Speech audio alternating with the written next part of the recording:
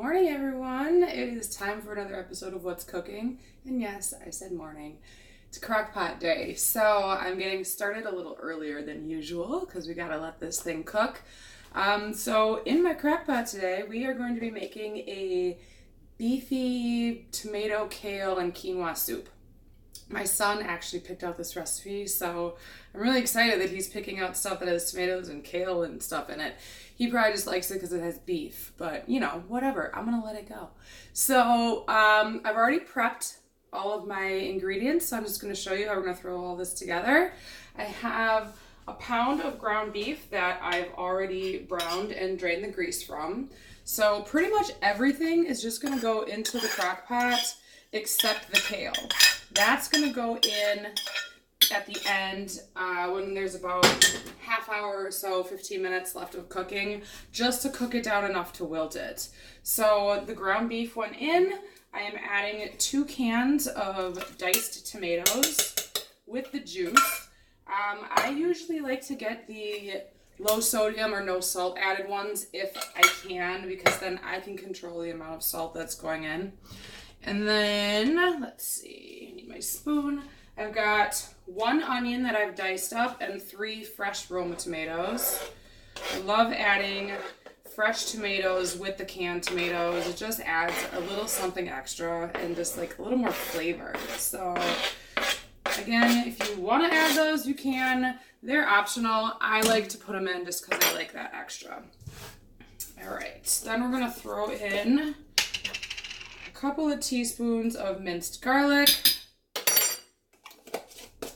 a can of white beans. I have Great Northern here, but you can use any white beans you want. Let's see, a cup of uncooked quinoa, which is really nice because it cooks right in there. Then we're gonna put some seasonings in. I've got some dried thyme.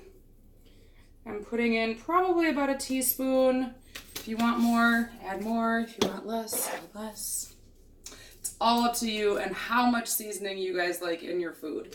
I tend to go heavy on the seasonings just because that's how I am, and then lighter on the salt. So again, totally up to you guys how you want to do it. And then I've got some rosemary that I'm going to put in. Probably going to do half a teaspoon of that. And then we have oregano. Love oregano. So 2 teaspoons maybe. And my favorite, basil. Love basil. So I'll probably do 2 teaspoons of that too. And then we're going to throw in 2 bay leaves. Now I know a lot of you probably already know this. You don't want to eat these. They can be poisonous if you eat them. So make sure before you serve your soup that you take those bay leaves out and get rid of them. All right, so that's all that stuff. I'm gonna now add 2 cups of water and then 4 cups of beef broth. So you can use vegetable broth, you can use chicken broth. I just figured since there's beef in there, I'm gonna use beef broth, and I had a bunch of it in the basement. So I am using beef broth. So there's the 2 cups of water and my beef broth. In the winter or in the fall, I love just going to Costco and buying, they have like boxes of these broths, and it comes in like 6 of these 4-cup boxes in there. And I just keep them in the basement and use them as I need them, because we generally do a lot of soups and casseroles and stuff that have broth in them. So I'll usually buy a box of the chicken and a box of the beef. Sometimes I'll do vegetable, but usually it's beef and chicken broth, and I just keep it in the basement, and then I've always got it on hand. So there's that. And then we're just gonna use some salt and pepper. I'm gonna go light on the salt and pepper right now, and then I will taste it later, right before I add the kale, to see if we need any more in there. So that is that. Like, seriously guys, super easy. Just give it a quick stir to mix all that around. And this already smells really good. I haven't even turned the crock pot on yet. So I'm gonna grab my lid. My crock pot tends to cook things a lot faster than recipes state. So I'm going to set mine for like 5 hours, and then I'm going to check it. That should be right about when I get home from getting the boys from school. So I'm going to check it at that point and see if it's ready. I'm going to chop up my kale and throw it in, and then let it go for another 15 to 30 minutes and just leave it on the keep warm setting until we're ready to eat, which is another thing that I love about this crock pot. My old one didn't have that, so I guess it was a blessing in disguise that my crock pot blew up on me and I had to buy a new one. So again, setting on low for about 5 hours, and then I will check it and kind of see where we are, and I'll be back to show you what it looks like in 5 hours.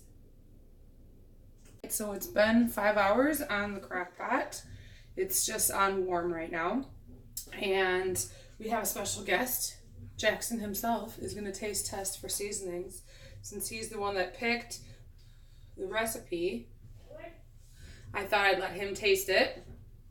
What do you think? Does it need anything? No. No?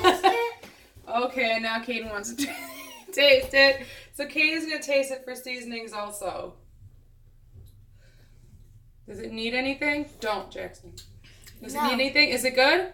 All right. Now we're gonna try it. I will in a minute. We're gonna add our kale now and just let that cook down for about 15 to 30 minutes. Once it's cooked down, I'm just gonna keep the crock pot on warm until it's time to eat, and then that will be set. We'll be set.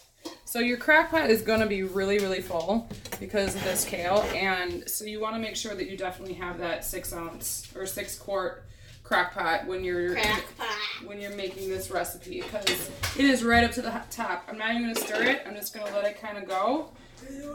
Put it right on low for 30 minutes, and I'm just going to let it go, and I'll just check on it and see. All right? That's it.